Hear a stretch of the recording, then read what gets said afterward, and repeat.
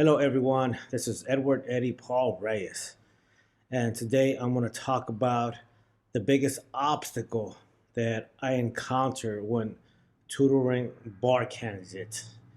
And yeah, this mistake is made over and over again, and I have techniques to correct it, but I do want to show you. And we're going to look at a 55 response, a 70, and a response that received 100 points. I do want to say this is the property of baressays.com, and it is the property of the State Bar of California.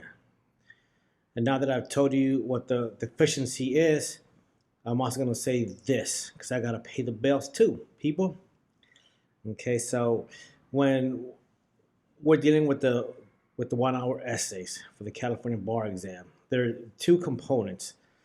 There's the black letter law component, and then there is the IRAC, the analysis, the structure, and how you compose that analysis. Now, for the black letter law, I've written the Jurex cheat sheet template, and I've picked out black letter law content there, and I also provide simple explanations. What I don't want you to do is just focus too much on this obscure concept. That'll take up all your day. Just get the cheat sheets and focus on your writing, because many times people will know the black letter law. We're going to look at an example now, but their analysis, the structure is weak and they won't pass. Now, let's go to that 70, and I'll show you what I mean. So the issue here, and this is from July 2001, question 1, civil procedure. I don't want you to focus too much on the fact pattern. Just take my word for it that we're dealing with discovery. We're dealing with the question of a motion to compel discovery.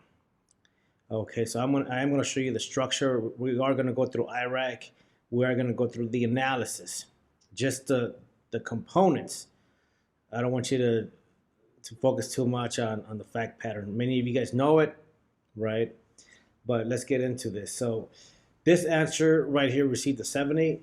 And I extracted this from Bar Essays. By the way, if you need the code, the discount code to Bar Essays, send me an email. I have a self-generated email there. I put it in the description. So here's the rule statement. And they decided to write about relevancy, right?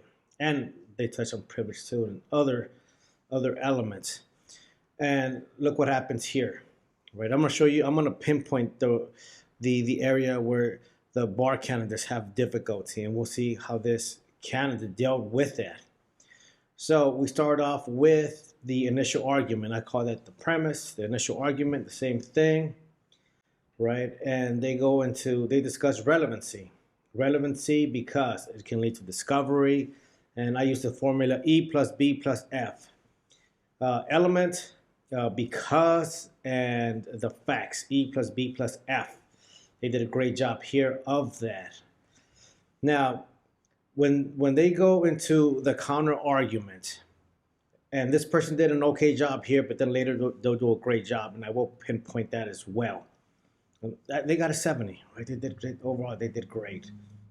So I just want you to focus here, right? The element. Now, the problem is that many bar candidates, they will deviate. They will not, when they discuss the counter argument, they'll deviate from that element. So what's the problem? Is consistency. They start off by discussing a certain element, and then when they hit the counter argument, they'll discuss a different element. They'll deviate. That's the biggest problem that I've seen. And it's not just through one person. It's not just through one bar cycle. I see this over and over again. And of course, I have techniques to deal with that, but we're not going to get into that. I just want to show you what the problem is. Okay, and this person right here, when they go into this is a combination of a conclusion and a rebuttal to the counter argument. They will go back to relevancy. So here, right, the first element is great. This one, they discuss privilege. It would have been better if they have discussed relevancy, but then they went back and they discussed relevancy. So the bar grader thought that was good. Okay. Now this same writer, They go here. By the way, this person did not pass the bar exam, right? Yeah, that's just how. Well, how do we know that? Because for bar essays, uh, candidates that were not successful, they receive their essays. They get their essays returned to them. That's how we know. Okay, so look at this. That's your motion to compel. Privilege. So they talk about privilege, and I did highlight that here in his rule statements.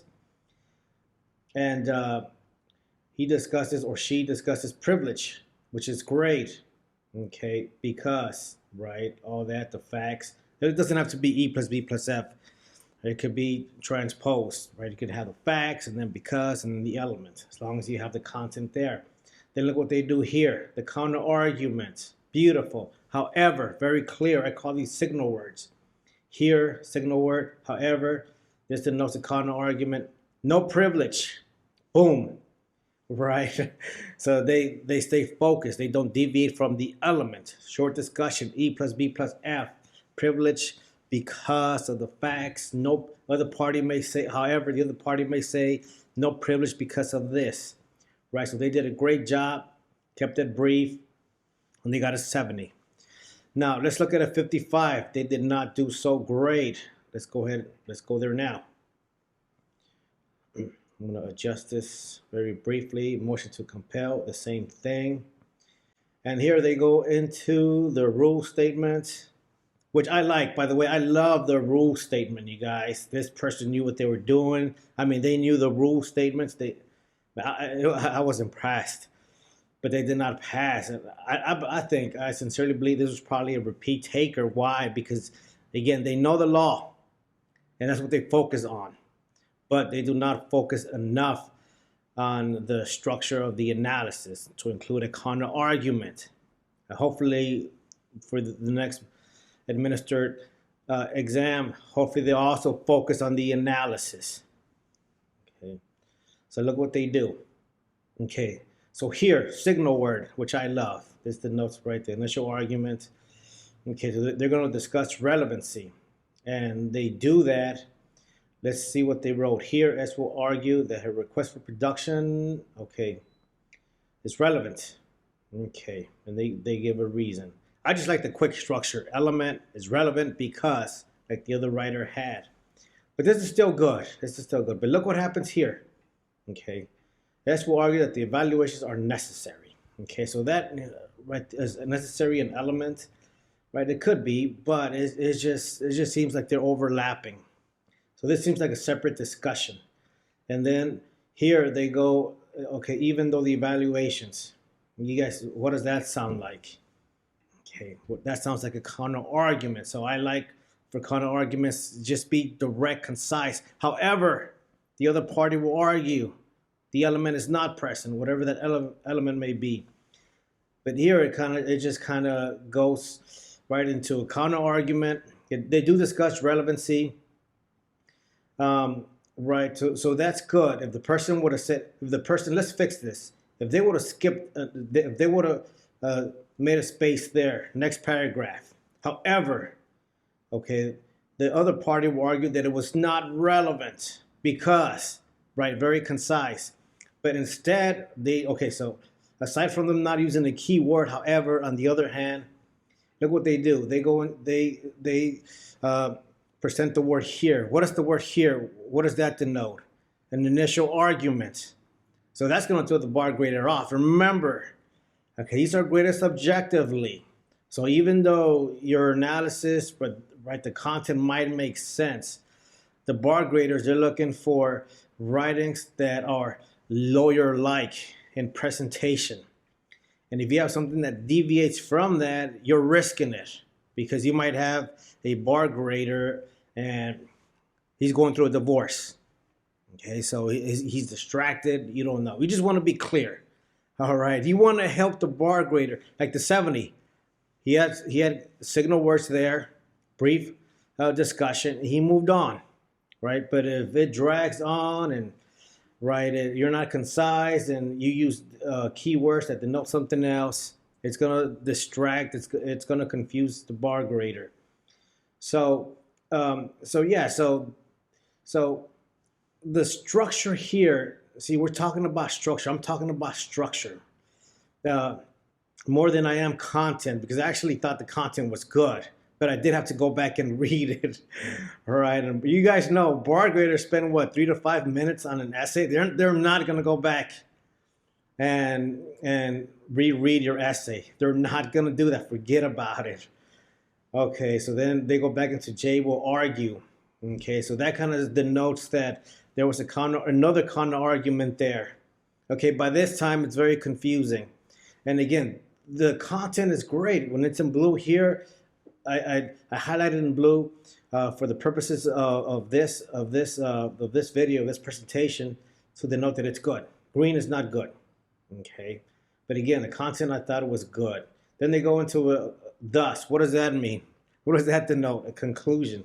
But then you go into furthermore. Oh goodness, it just keeps going on and on. Okay, so if you make the bar grader's job difficult, they're gonna compensate you with the low grade. Okay, now let's look at the 100. Let's see now. Let's go here. Okay, scope of discovery. Here's the rule statement. Okay, let's see, relevancy. Okay, so here, initial argument, and they go into relevancy. Look at that. They stay focused, right? They do not deviate. Okay, and then, oh, wait a minute. I forgot to show you guys something. Let's go back to that 70. Let's go back here. Here is, okay, so here's the other counter argument. This writer here, he wrote about privileges. Privileges because, right, the facts. However, now that's great. Love that. As mentioned above, no privilege. He stays focused. Conclusion, right? So again, to repeat, what is the problem? It's the consistency between the initial argument, that element, and the counter argument. They tend to deviate. In this case, he did a great job. In this case, it was not that great. But the bar grader left with this impression and rewarded the examinee with the 70, which is fantastic. Now let's go back to that 100, the 100 essay. Okay, so right here, the signal word. And then we go into the discussion, the element. Okay, in the initial argument, they provide the reasoning based on the facts.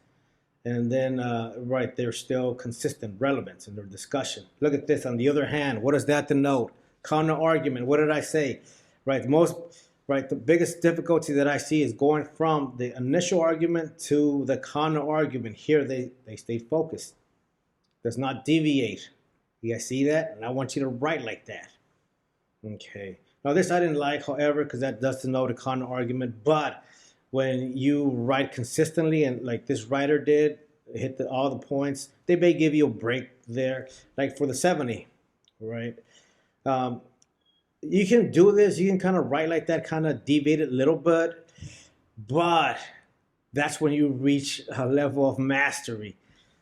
The bar candidates that are scoring 100, most likely they are practicing attorneys coming from a different jurisdiction outside of California.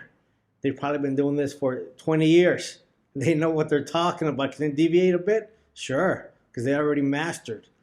But if you're learning how to write in a lawyer-like manner, do not deviate. It's a bad idea.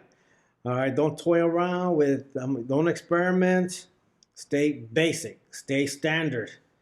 Okay, further. And then, yeah, they finish off regardless. Okay, look at that, relevancy. Okay, it's consistency. And these are just some of the components to a counter argument. So there are more components. Now I can see this fast. I can see the structure fast because I've been a tutor for years now. But if you're just learning this, again, stay standard. There's nothing wrong. There's nothing wrong with E plus B plus F. As a matter of fact, if all you do is write E plus B plus F and no counter argument, can you still pass? Can you get a passing score on the 1 hour essay? The answer is yes, you can. It is possible, but it is not probable. It is not probable that you're going to get all 60s. And that's why you have to learn the components of a proper counter argument. You want to shoot for at least 70s, not 60s. Forget about the 60s. Okay, so I hope this helped, and I wish you all the best. Until soon.